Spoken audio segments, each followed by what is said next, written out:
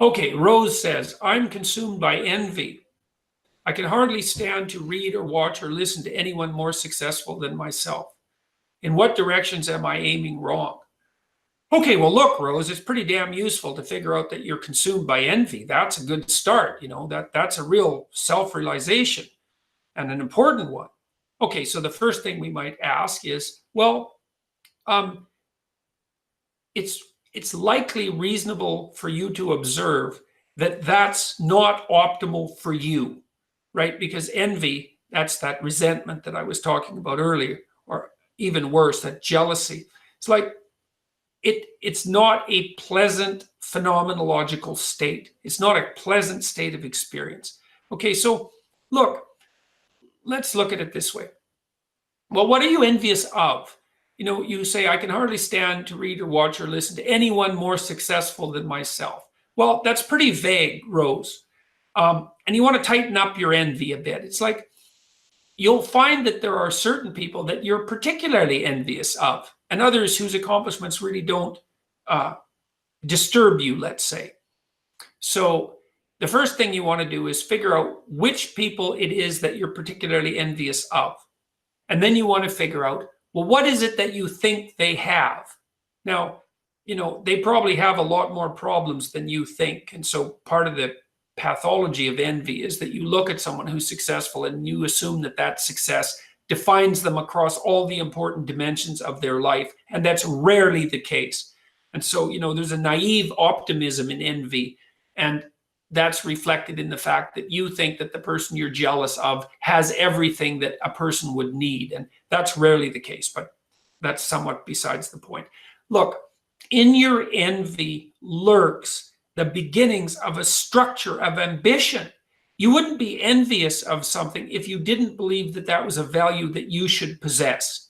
Okay, so the first thing is make a list of all the people you're envious of, and then figure out what it is about them that you envy. Okay, now those are your goals all of a sudden, right? Now you might be doubtful that you can attain those goals, and I don't know what the goals would be. Like maybe it's beauty, for God's sake. Maybe you're envious. Maybe just for the sake of argument, you assume that you're not a very good-looking person, and we could assume you're not blessed by the same set of physical attributes that a Hollywood starlet might manifest, and maybe you're envious of that. It's like, well, you might start to think, well, first of all, you might think about whether or not there are dimensions of evaluation along which someone might be judged that are as important or more important than physical attractiveness, right? Because there's multiple dimensions along which a person's positive attributes might be rank ordered and considered. So you might want to broaden out your conceptualization of what constitutes the good in human action. But then, like if it is a matter of attractiveness, then you may have to, and I'm picking this one because it's a particularly difficult one, attractiveness. It's like, well, what could you do? Like, how often do you get your hair cut? And is it flattering? Do you have someone professional doing it? Do you know how to use makeup properly and carefully? Are you in reasonable physical condition, or are there steps that you could take to put yourself in reasonable physical condition? Do you have some nice clothes? Like, it's a matter of decomposition. So let's assume, we'll be optimistic about this. You're envious. Okay, well, that means there's some things you value. You don't have them, but it's the beginnings of a philosophical stance. So you lay out what it is you're envious about. And you think, well, these people have this and this and this and this, and I don't, and that's unfair. And it might be unfair. It's probably not an unfairness that's specifically aimed at you. It's probably more a general reflection of the unfairness and inequality that's part of life, and that's worth knowing. But in any case, you lay out your envy and you delve deep into it, and you find out, well, here's what I want. Because you're envious because you see other people that have what you want. Okay, good. Now all of a sudden you know what you want.